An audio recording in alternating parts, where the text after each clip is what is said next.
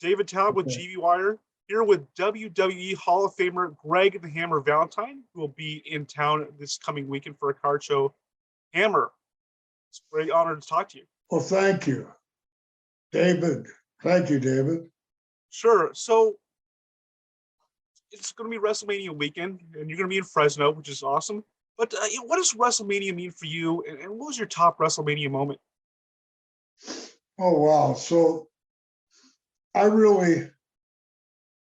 there's a lot of them. I was in 7 WrestleManias, and then I was at WrestleMania 20 when they inducted me in the Hall of Fame. I guess that would be the top one. 2004 in the Hall of Fame at WrestleMania in Madison Square Garden. Now, you were part of the WrestleMania 3 card, 90,000 Well, plus that was people. good.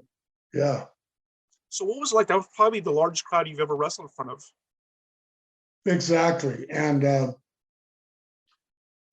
was in total awe when I went out there.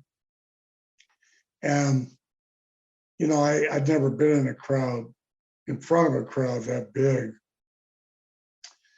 WrestleMania 3, my wife, who I have with me here today, we were just going steady, and I actually took her to that WrestleMania 3. She couldn't believe it. And so that was a fantastic. WrestleMania 3, I'm going to say, was not my favorite match. I think my favorite, I enjoyed WrestleMania 1 against Junkyard Dog, and WrestleMania 2 against the British Bulldogs with Brutus, and then there was WrestleMania 4, 5, 6, 7. I was all part of those. Right now, was WrestleMania 3 probably one of your best payoffs ever? Yeah, it was good. I mean, I was expecting a lot more because you're thinking, wow, 96,000 people, but it was still a good payoff. Yeah. There you go. But you're probably your most famous match, the one that's endured most, that people even still holds up to this day, people saying how realistic and tough it was the dog collar match versus Roddy Piper at Starrcade 83. Why do you think that match still holds up today? Well, when we first did that thing, they were talking about Ric Flair and Harley Race and all those other matches on the card. But since then, that match has surpassed all expectations, and all the people just love it because of the reality of it, and because we just beat the hell out of each other. And nobody had ever seen a match like that where 2 guys are hooked together with a dog collar. And so I think that's why it holds up today, and it's definitely an icon of wrestling, a dog collar match. Now, from what I understand, obviously the Starrcade match was broadcast, still preserved on TV. Did you and Piper kind of go around the horn in the Mid-Atlantic area with that dog collar match? Did you guys have to do that more than once? We thought it was over. We're done, no more dog collar. And they actually booked it all around. Back then it was the Mid-Atlantic territory. So we went all over with that dog collar. But you know what? It wasn't like the first one. We were already sore, beat up, and bruised. So it wasn't as good as that one. We just kind of went through the motions because we were banged up. Greg the Hammer Valentine has the reputation of a guy who can absorb a lot of pain, and it really looks like that. I mean, how do you do that? At wrestling you're supposed to be trained and you're supposed to know how to do it, but the way you wrestled, you had probably one of the hardest chops. You absorbed so much punishment. How much of a toll did that take on you? Well, I'm still alive today to talk about it, and I'm not crippled. The only time I really messed up my leg, I tore the quad off of my knee when I was wrestling in Chicago. But, it took about 3 years to recover from that because I was 50 years old then. the older it gets, it's harder to repair yourself. But I made a comeback from that, and I was just trained to be stiff, trained to make it look real. And I threw the hard chops, and Piper threw hard chop. I mean, everybody that I worked with, like Tito Santana and Steamboat and Flair, we all back in that day, we were all about believability and making it look like a contest, even though it hurt. And I really think I enjoyed the pain, because I would enjoy it because I would make the people believe. I mean, I really was hurting a lot of times, or I'd hurt my opponent a lot of times. And a lot of opponents didn't like the fact that I had hurt them. But you had Piper, you had Flair, you had Ronnie Garvin, the Bulldogs. They all worked just as stiff as I did back in the day. So it was just acceptable. And we wanted the people to believe in it. And I really enjoyed the pain. So let's talk about you growing up and your background. Where did you grow up? Obviously, you're the son of a second generation star, son of Johnny Valentine. Right. So, were you really from Seattle? Yes. Well, Bothell, Washington, and then Renton, Washington. So those are suburbs. Renton, of course, is the home of Boeing. There was another town I grew up called Hobart. So, but it was all the Seattle area. So yeah, I really grew up in Seattle. My dad was from Seattle too. And did you go to high school there? Yes, I did. I also my mother and dad split up eventually, and because my dad was on the road and she didn't want him to be a wrestler. But I actually went to Hollywood High School for a couple of years in California. But I went back to Seattle and graduated from there. Did you play any sports there in high school? I wrestled some, but wrestling wasn't, we didn't have good coaches back. Wrestling was not, wasn't really part of their curriculum. But I played baseball. I love baseball, football. A couple of times I got hurt, so I said, I don't want to do this.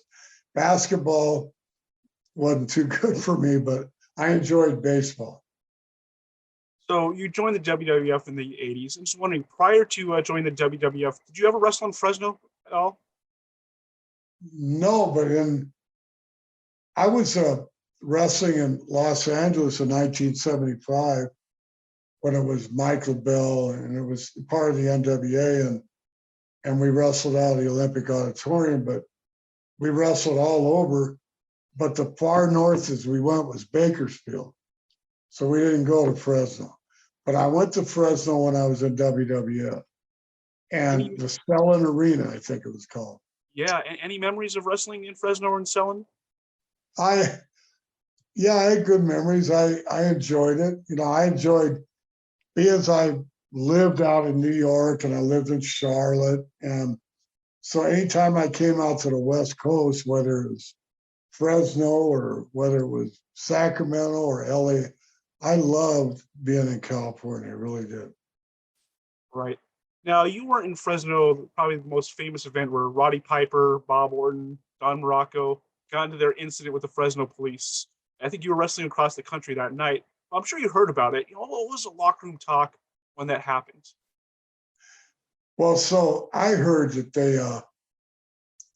they were inebriated a little bit, and they had a Lincoln Continental, and I don't know how, but they drove it on a railroad track, and they got stuck on the railroad track, and the police came. There's also another incident where we stayed at that Holiday Inn in Fresno, and one time Bob, he didn't have anything on except his cowboy boots.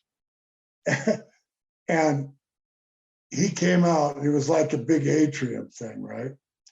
He came out and the door shut behind him. So he was stuck out there.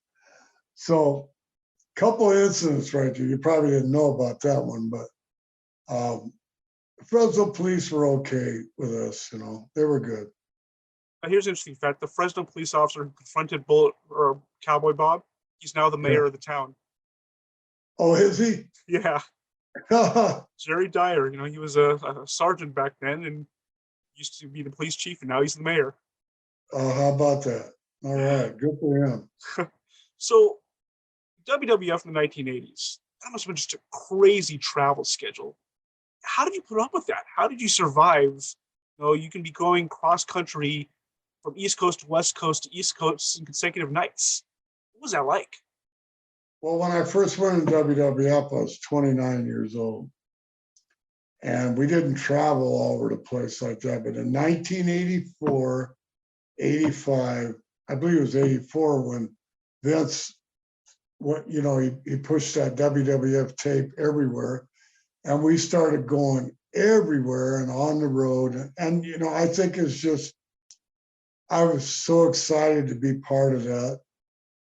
I just didn't wear down. I maybe started wearing down when I got in my 40s, but it was like the rock and roll band on the road. We just did it. We'd fly into LA and rent a car and drive up to Bakersfield, drive up to Fresno. I mean, it was unbelievable what we did and what we put our bodies through, but I loved every minute of it. Was it tough for your family life? Children, wives, girlfriend? Oh yeah.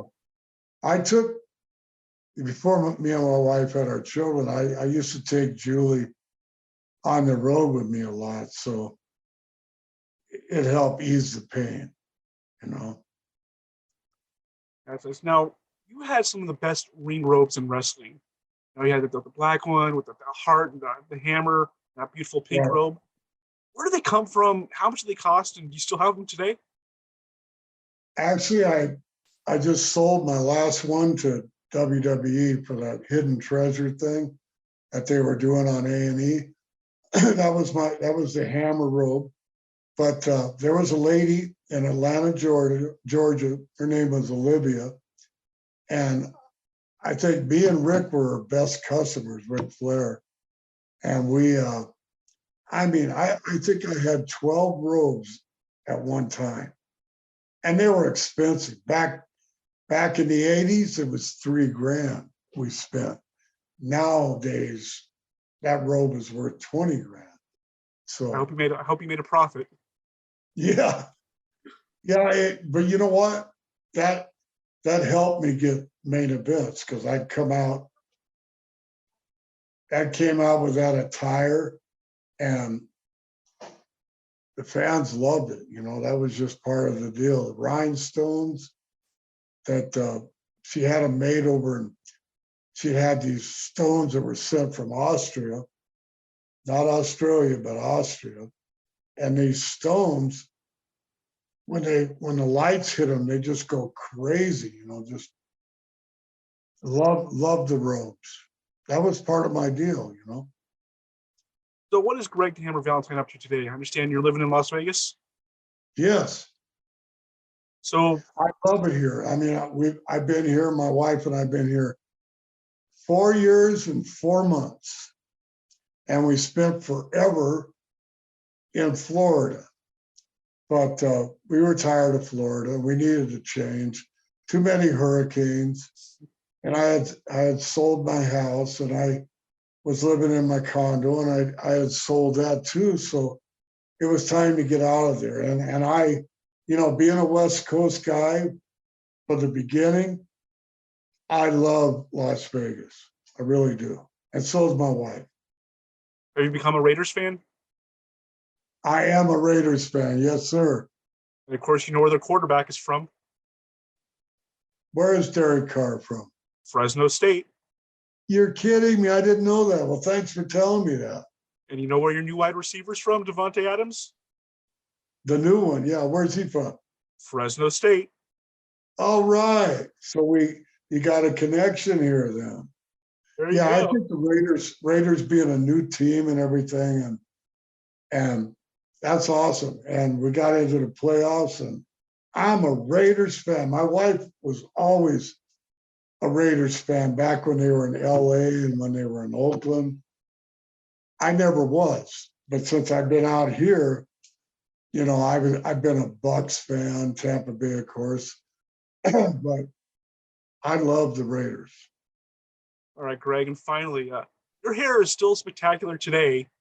That was what's your secret? My secret is I never did steroids because that makes your hair fall out. My wife cuts my hair all the time and takes care of it. I'm going to give her credit for that. And just good genes, because my dad never lost, before he passed away, he still had all of his hair too. So, you know. All right, and final thing I noticed in the background, that beautiful painting, that's you and Piper in that dog collar match. Oh yeah. I just got that from a guy in New Jersey. He sent it out to me. That's the dog collar match right there. Nice painting. Did you Yes, keep your sir. teeth after? Did you lose any teeth in that match? What was the worst injury in that match that you had? Oh, I got chipped teeth right now. So chipped teeth is one thing. What do you expect after 40 years of wrestling? You're gonna have a few chipped teeth. But that one right there, I was young enough that I endured pretty much everything. So I think when we had that, I was 27 years old. All right, Greg the Hammer Valentine, WWE Hall of Famer. You'll be in Fresno this coming weekend for the card show. Look forward to having you in town. Yeah, please. I've been there one time before for these fellas in the card show. It was back when we were kind of shut down on the pandemic and everything, but now we're looking for a good crowd. I'm looking to meet all my fans. I'm excited. All right, Hammer. So, Thank you so much. thank you, David.